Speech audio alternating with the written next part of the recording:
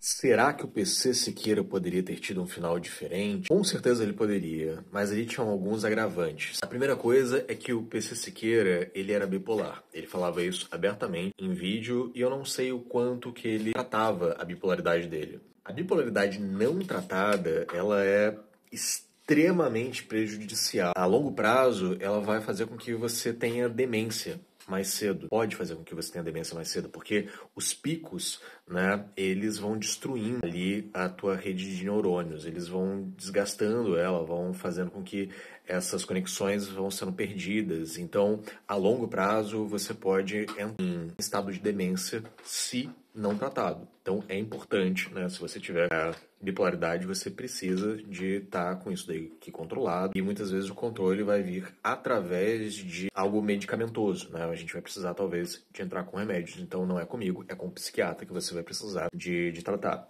Além disso, quando a gente está falando sobre bipolaridade, a gente precisa de ter uma instabilização do humor. Então, buscar algo que vai te deixar mais estabilizado, uma vida mais estabilizada para que você não tenha altos e baixos, é muito importante. E o PC, ele fazia o uso de álcool e algumas drogas sintéticas. Eu acompanhava o PC durante a primeira fase ali do programa dele na internet. Eu lembro quando ele surgiu, ele foi uma grande inspiração. Eu gostava bastante do programa dele. Eu lembro que teve um baile de carnaval que eu e um amigo, a gente foi fantasiado, eu de PC Siqueira e ele de Felipe Neto. Né? Eu coloquei uma camisa xadrez, um óculos meio de nerd, fiz uns desenhos no braço, era bem novo.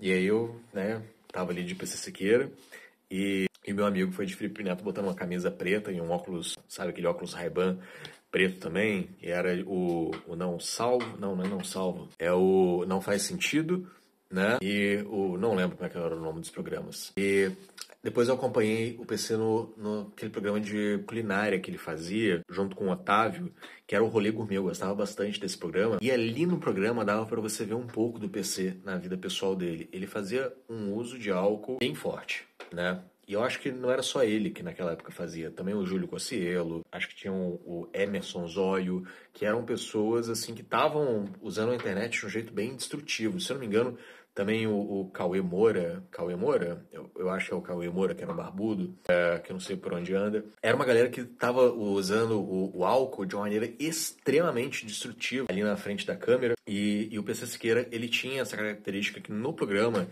que era gravado na casa dele, mostrava o quanto que ele ficava talvez um pouco disfuncional diante do uso de álcool.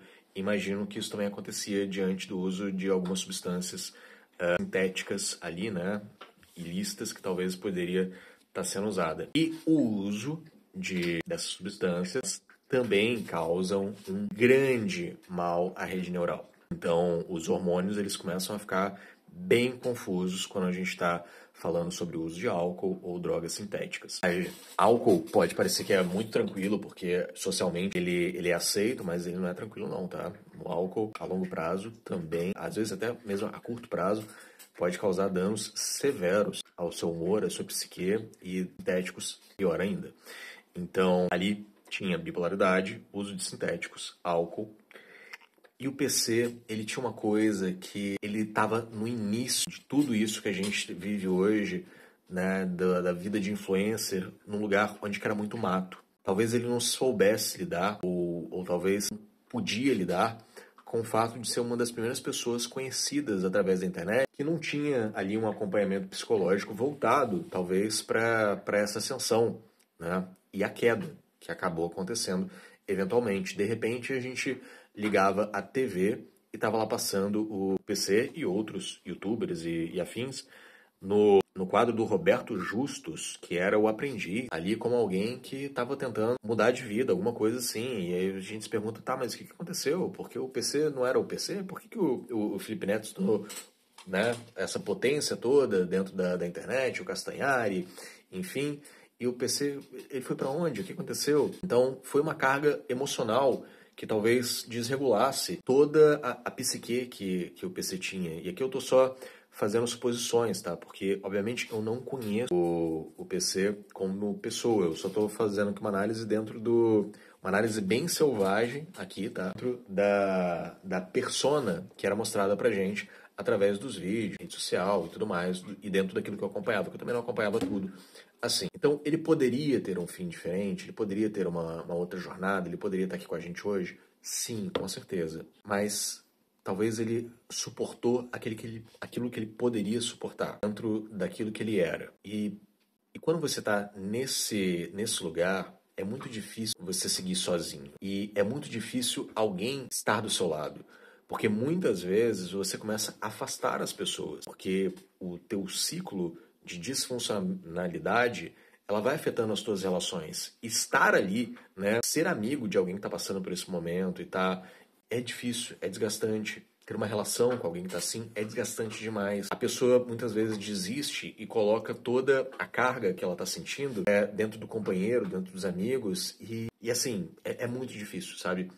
E talvez ele tava sozinho naquele momento, ele tava se vendo sozinho, e dentro daquilo que ele era, ele deve ter suportado tudo aquilo que ele podia suportar. Ele poderia ter tido um outro lugar, ele poderia estar aqui com a gente hoje, mas ele também teve um quadro de depressão.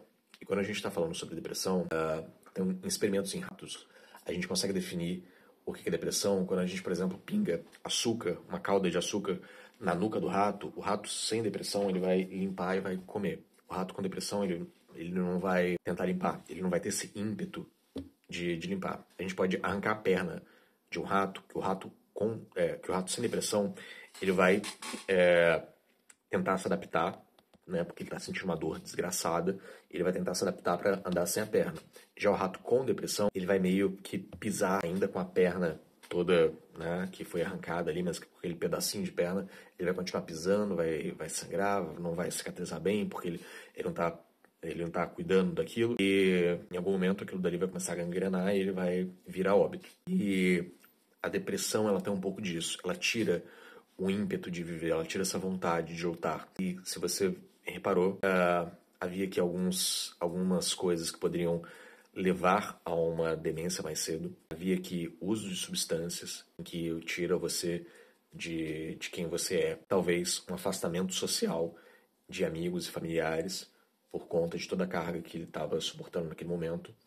Então, talvez querer que ele tivesse um fim diferente fosse um pouco de egoísmo nosso. Entender que ele poderia ser diferente daquilo dali, talvez tenha também um pouco de egoísmo nosso de querer que a história dele fosse diferente. Mas dentro da história dele, ele foi grande do jeito que ele podia ser. Ele foi aquilo que ele podia ser com uma força que só ele tinha, que eu não vou suportar, que eu não suportaria, que você que está me ouvindo talvez não suportaria. E ele poderia ter tido algo diferente se a gente mudasse esses fatores, se a gente controlasse esses fatores, se a gente ajudasse ele a controlar esses fatores, mas ele também talvez não queria controlar esses fatores. É difícil, é delicado falar sobre isso, mas talvez sim, ele poderia, mas talvez ele tenha tido a vida que ele conseguiu levar diante de toda a força que ele conseguiu ter sozinho.